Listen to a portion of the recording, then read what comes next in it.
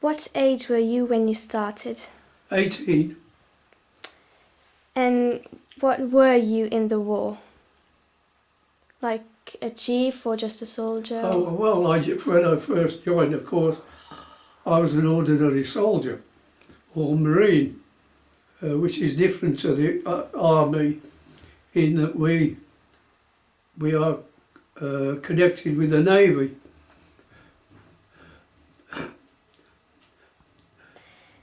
And to which countries did you go and what did you do there? Well, first of all, I went with a force into the Mediterranean, the object of which was to land on the island of Crete. And this was round about my birthday, May 31st, 1941. Oh. And when we got there, fortunately for us, but unfortunately for the soldiers on Crete, Crete had surrendered, so we never actually landed. And we then had to go all the way back to the United Kingdom. And but during the journey to the Mediterranean, we had a submarine warning, and we had to sort of stop the engines and wait for about 6 hours, not being able to move or to make a noise or to give any indication by sound by moving about the ship in case the submarine picked up the signal, and that wouldn't have been good for us. No. And that lasted about 6 hours.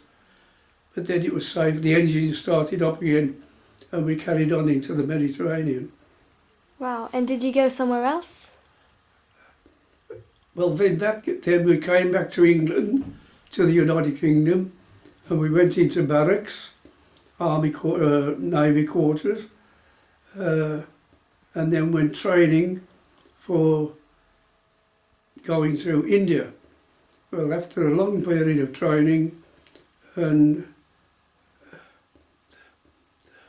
about 1943, so I'd spent a year and a half in the United Kingdom after coming back from the Mediterranean, and then about another 6 months or something like that, training to go to India. Oh. So I went to India in 1943 and did 6 weeks training of sorts in 1943, and then was dispatched to a active force in the Straits of Malaya. Okay. And what did you have to do in India? You have to What kill I have people? to do was mainly training. Training to make bridges that go across rivers, which was a special system that required big teams of men to push what they call Bailey Bridge and make it big enough to keep on pushing it across the river and add in a big weight on the end on the bank until the end of the bridge reached the other side. Oh, okay, I see. And then they took off the extra weight that they'd put on, and we were able to cross rivers. And that was to be used when we got to where we were going in the Mediterranean, in the Malayan Sea of Malaya. Okay, and what did you eat? Straits of Malaya. And when we got there, we were in support of. By this time, I had joined the commandos, and I was in 45 Commando, and our job was to go to the area of fighting where two of our commandos were engaged in direct battle along with two army commandos, and they were actually fighting the Japanese around the area of, let me think of the name, anyway, down the Arakan coast, and they were in first contact with the Japanese, and our job was to follow up what they those that they bypassed and sort of either round them up or leave them where they were, because by then they were out of the war. And so the main body, when pushing down the Malay Peninsula, we then got orders to, we made 5 landings at, if I can remember all the names, Akiab. I know where the main force of fighting was, a place called Maibon, and that was where the actual battle was going on. In the meantime, we made 5 landings at Akiab, Cox's Bazar, and 2 other landings. We were there for a while, sort of tidying up, mopping up or whatever, and then we were ordered to go further down the Malayan Straits to a place called Port Swettenham. The idea being that while the main body of troops were pushing the Japanese down further and further, we were down there to Port Swettenham, which was much lower down, to cut them off. So they were then trapped between the pushing force and us, waiting for them to get there to sort of sort them out. Okay. And then, on August the 6th or the 8th, I forget exactly, the Americans had dropped the atom bomb and the Japanese surrendered. Okay. So we never actually got to land. They just gave up. So we weren't required. So then we were sent on to Singapore while the surrender was going on. We took part in opening the main Changi jail to let out British and other prisoners that had been locked up by the Japanese. And we were there for about 6 weeks. We then got orders to go to Kowloon, which was on the border with China. Okay. And our job there was to take control of all the bridges, and in some cases had to repair them because they'd been mined by the Japanese. So, and then we had the same job at a place called Shamshu-Po, where all the local people and any prisoners of ours were locked up in a prison camp. So we opened up the prison camp and let these out, and there was violent attacks by the people on the Japanese. And the Japanese lady who had gone to live, a local lady who had gone to live with the Japanese general, they hanged her. Oh, and who hanged her? She was a collaborator.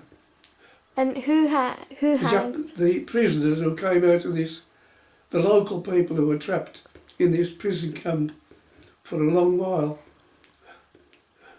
took their anger out on this lady because she was a local, but she went and became the mistress of the Japanese general. So they hung her. Okay. Then while we were there, we went to Kowloon and did what we could with the bridges. And the Chinese peasants used to come across, of course the war was over then, they used to come across the bridges with their shoulder-bearing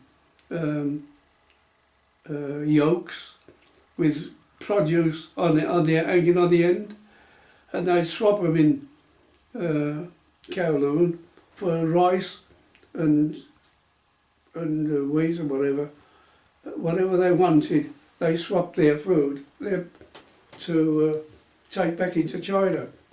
Okay. While we were there, we also had to guard what was called the go-downs. And the go-downs were warehouses on the docks where food was kept. And of course it was mainly rice. And the pirates used to try and come in from the sea and onto these warehouses and steal the rice. So we had to have a patrol, a regular patrol, to stop them doing that. While in the meantime, some other parts of my commando was in the village square handing out rice to everybody that wanted it. I was by then a sergeant, which was 3 stripes, and I was in charge of about 20 men, and we had a boat, and we used to make trips along the coast to of the area of Kowloon to make sure that nothing that was not right wasn't going on. And across the at the border with China was Kai Tak Airport, and I used to play football with a Chinese team.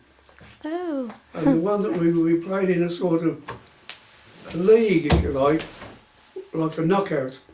And we got to the final with another Chinese team called Kwangwa.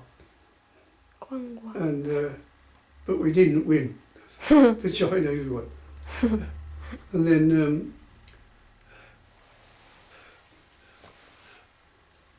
in April 1946, which was how long? 5.5 years, I was told I could go home. So I came back to England, which took about 6 weeks on the ship. And I was then sent to a place called Towyn in North Wales, where they gave you a complete suit, socks, shoes, and a trilby hat. That was your demob suit. That's why you went home. Then they gave you a travel pass and you went home. Oh, okay. And what did you eat generally? What did I eat during the war? Yeah. Well, mainly tin stuff. You know, vegetables and custard and, you know, that sort of stuff. But we did have kitchens.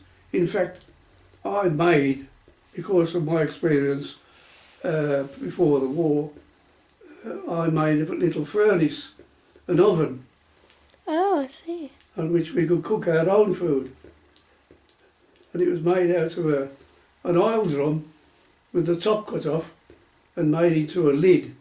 And it was horizontal on a pile of bricks with a space underneath for the wood, whatever we could find to burn. And then when if you were able to get hold of some food that would be better hot, you put it in a big dish, which you got from the galley, and put it in the oven, and then shut the door. Oh. And then try and judge how long it would need to heat it up. Okay. That was okay. Any other questions you want?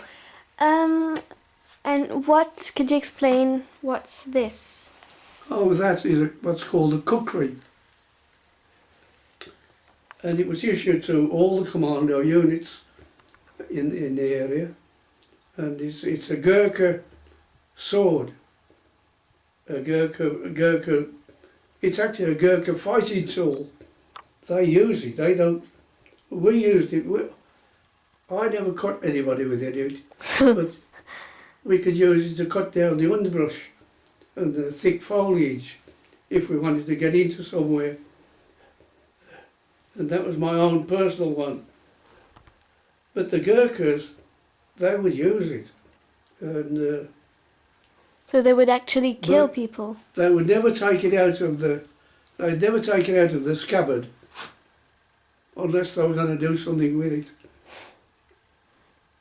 And then, you know, then that's why they cleaned it, put it back. But I never hit anybody with it. But it was useful for cutting away thick undergrowth. Okay. And that was my own. And by this time, I was a sergeant, and I also had an automatic gun, revolver, Okay. Well, that's easier. and a rifle. We had a special rifle, which the Americans had designed, which was a big improvement on our old Lee Enfield, and it was called a Garrard, and it could fire 9 separate shots, whereas with our old Lee Enfield, it would only shoot 5. So that was a big, and we had to learn to take that apart and put it back together again in the dark, which was, you know, but we managed to do that because there weren't all that many parts. It was very simple at that time, upmarket, updated rifle, which was American made. And what do you think about the war? Is it a good thing or a bad thing? What did I think about the war? Yeah. Well, of course, what could you think at the time, except that the Japanese were trying to take over the whole of the Far East, and that also linked up with the Germans. Although they never met, they sort of exchanged, I suppose, information and where they were at any particular time, what progress they were each making, I guess.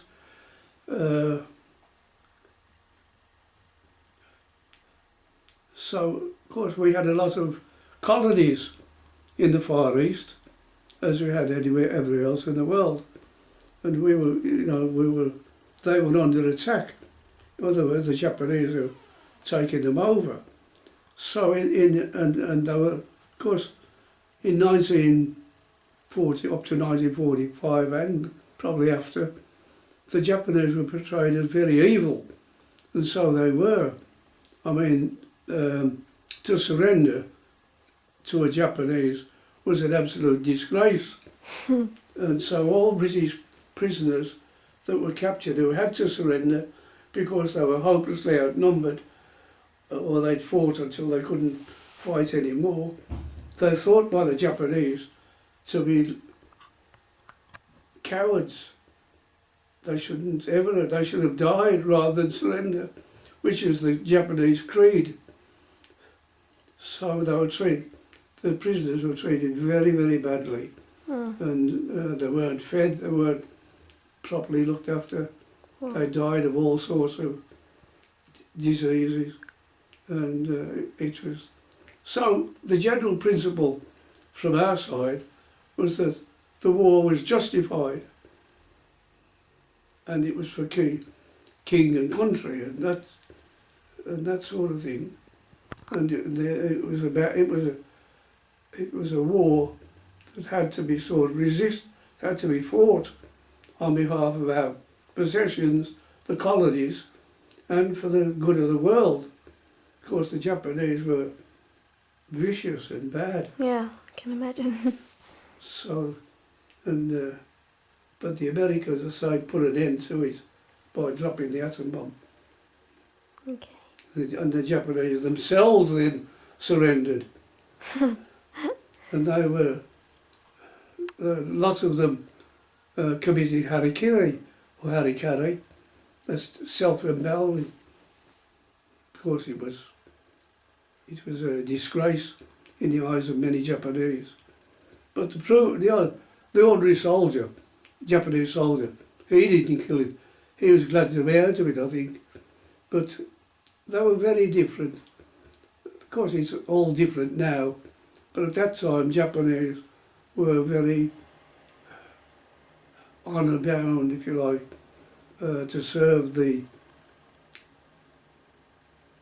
emperor. Yeah. And if the war would happen again, like this year, let's say, even if it's not really possible, if it happened again this year, what would you think about it? I wouldn't be very happy about it. No, I suppose. Because lots of I'll people change die. my mind about wars. Can they be avoided? I don't know. But it's best if they can. Yeah. And talk is better than jaw. Yeah, that's true. Okay? Okay, so thank you for answering my questions, Thank you. and goodbye. My pleasure. Goodbye.